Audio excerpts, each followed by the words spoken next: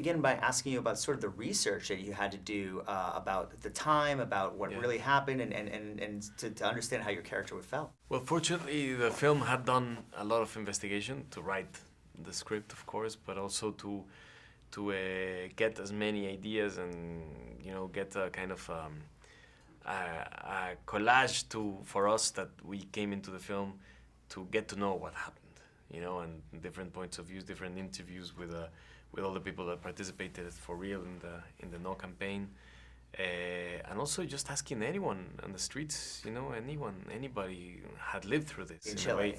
Exactly. So just everyone had a different opinion and different point of view. So that's what was really interesting, and that's what also liberated us from having to say or to just get into one sole perspective. I mean, we could just play the whole complexity.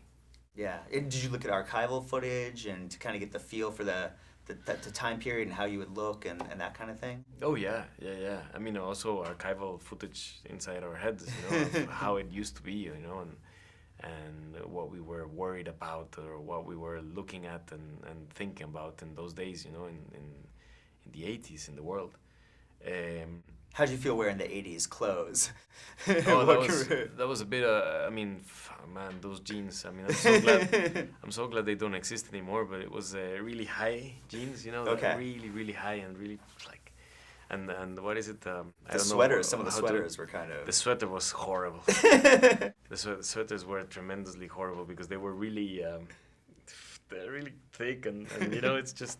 And also very wide here, like in the Right, the shoulder pads, yeah. Exactly. So horrible fashion.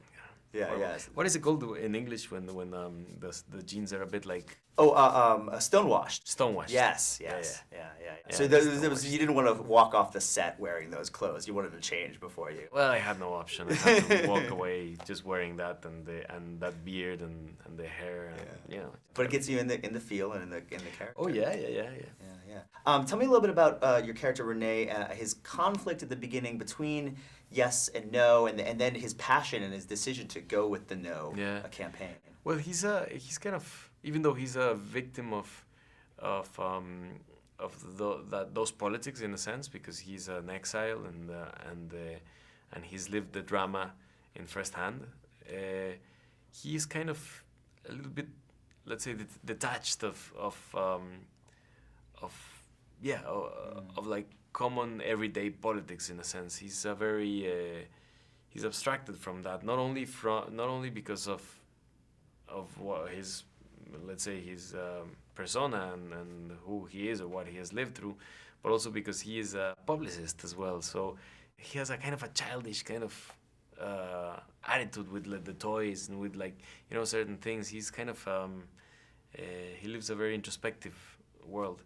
So for him to express himself politically is kind of, for him, is not interesting. It's boring in a way, or it's too easy to just explain with words, And little by little he starts to get involved into this and starts to have a lot of say into what to do to convince people to go out and vote no. So he becomes, I mean, maybe they needed someone like that, someone that is a bit more kind of a little bit foreign to the inner politics, so that he could see it in this kind of clearer perspective in a way. Yeah. Finally, let me just ask you, since the movie's now opening in the United States, do you feel that there are maybe some parallels that American audiences can make between obviously what happened in Chile in the 80s and maybe what happened here with the presidential election in 2000? Of course. I mean, it is a film that everywhere in the world where we're shown it, everyone says, oh, it has to do so much with our reality, I mean, wherever there's been elections, everyone says this film is about,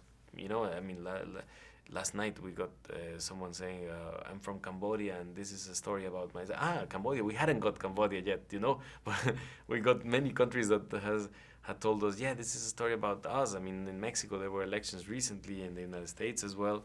So it is an interesting time that we're living in, because everyone can relate the film to that, and also because we are all thinking about democracy is our biggest kind of concern and important issue, to make it better, to how can we go to its more pure level, because it's became very corrupted. It became very perverted in a sense, and we need to make it better, because just look at what happened in North Africa, you know, with the Arab Spring. I mean, they're experiencing democracy with its complications and with its the gray areas, which will always be there for democracy, you know, but we need to make it far much more better.